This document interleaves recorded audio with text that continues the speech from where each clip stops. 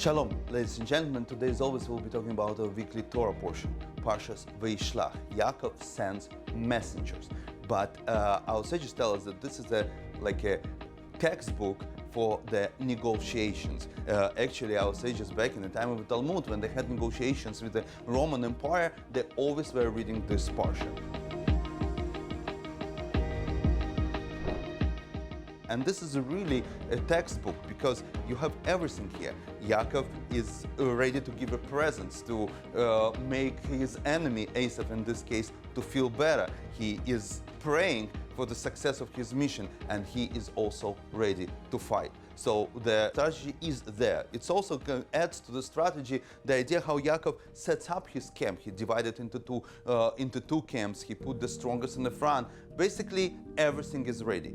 He knows what he is doing, and he gives the lesson how to manage negotiation. But there is one episode in our weekly Torah portion that kind of strays aside from the whole story, from the textbook of the strategical approach to negotiations and to the battles.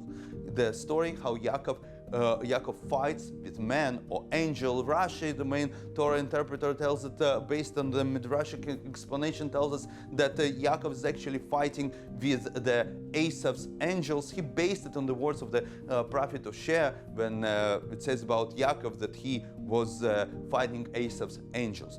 But this whole episode of the fight, of the wrestling match with the angel, comes after Yaakov extremely afraid of what's going to happen. Why he is afraid?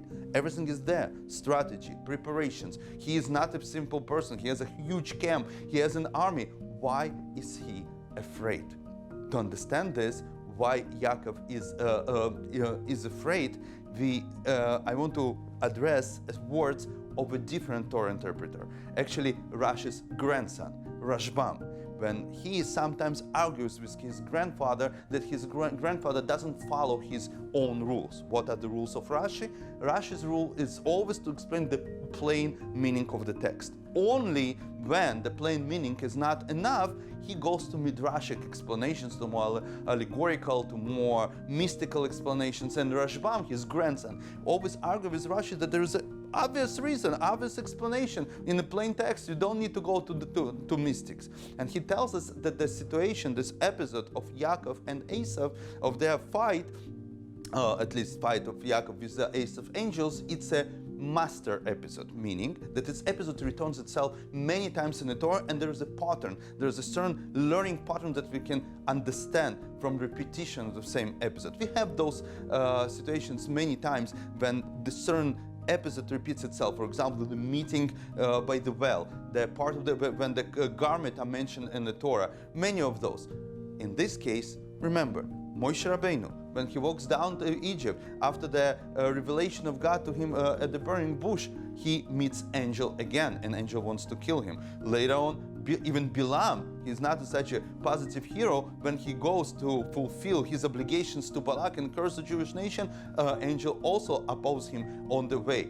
Then we have Yonah, who was commanded to go and announce to Nineveh that the city will be turned upside down. He's hiding from God. He's confronting the God. He is afraid to go on this mission. And the pattern here, they all afraid. They're all reluctant. Reluctant about what? Remember prior to Moshe's going down to Egypt, the dialogue with God at the burning bush.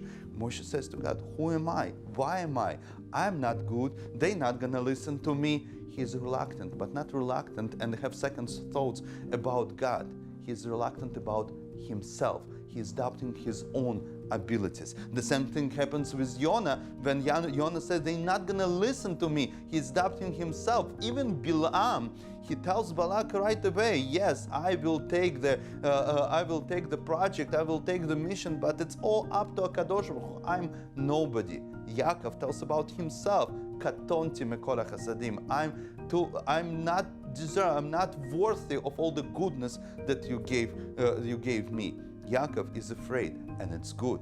This is the main lesson, to afraid. Even you have all the strategy in place, even everything is prepared, the question you should ask yourself, am I worthy of it? It's not doubting God, it's doubting ourselves. In our today's world, the approach is, are completely different, 180 degrees.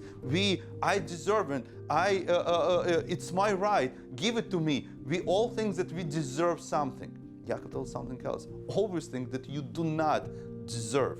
The key to success, it's not to be absolutely sure in yourself. This you should be absolutely sure in God. The key to success, it's a doubt, to be reluctant about yourself. Then, don't worry, God will make His part. Thank you very much. Good luck. I see you next week.